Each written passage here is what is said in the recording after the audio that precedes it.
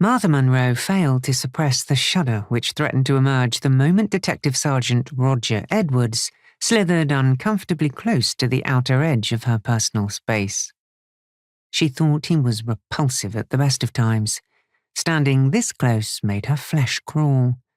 There was a creepy quality to the man, and more than once she'd caught him leering at her. Right now he was standing at her desk presenting a thin file and a broad grin, his dirty grey teeth like tiny tombstones. It wasn't a friendly grin. One look at his piggy eyes told her that. They were sparkling with malicious glee, and the smell of his cheap aftershave combined with his BO to nauseous effect. In a perfect world, she would have ignored him, even better walked away. But he effectively ran the detective roster at Croydon Police Station, assigning officers as cases came in. It granted him a degree of power not matched by his talent. She gingerly accepted the file that he thrust at her. It contained a single sheet of paper and didn't take her long to read. She kept a neutral expression as she imagined tossing the file into the rubbish bin.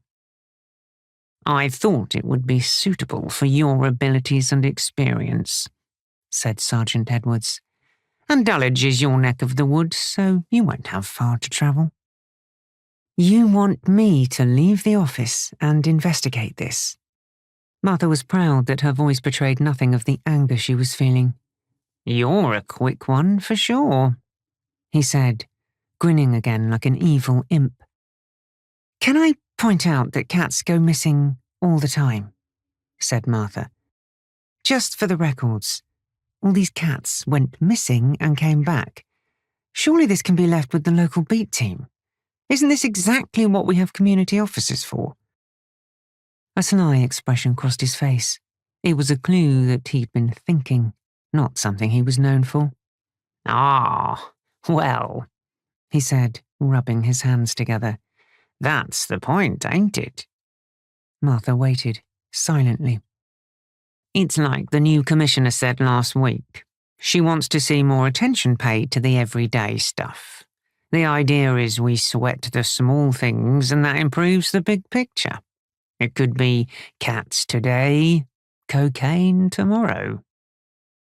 Preoccupied with his own cleverness, he missed her contemptuous shake of the head at his dim-witted analysis.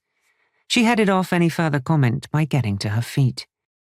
For a moment they stood close together, and Martha was pleased to see him flinch. He was short and going to seed. She was tall and athletic, no doubting the outcome if push came to shove.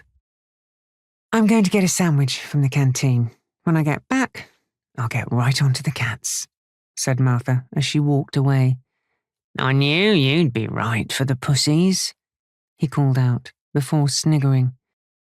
Martha resisted the urge to grab him and toss him out of the second-floor window. By the time she returned, she was calm enough to be philosophical. Of course, this cat mystery was a deliberate wind-up, but she was going to have to put up with it for now. She reminded herself that while this was painfully dull, it was better than being in prison, where she had been not that long ago. The victim of a conspiracy orchestrated in part by a very senior Scotland Yard officer. It had claimed her mother's life and resulted in the abduction of her 5-year-old daughter, Betty. A subsequent investigation proved beyond doubt she was an innocent victim, but that wasn't the end of the power games. If there was anything guaranteed to make the top brass anxious, it was the suggestion of senior-level corruption. It was one thing to have an ordinary detective accepting bags of cash, quite another for one of the Met's officer class to be caught orchestrating a conspiracy aimed at an innocent junior officer. Once the facts became known, the commissioner made it clear it was to be kept under wraps.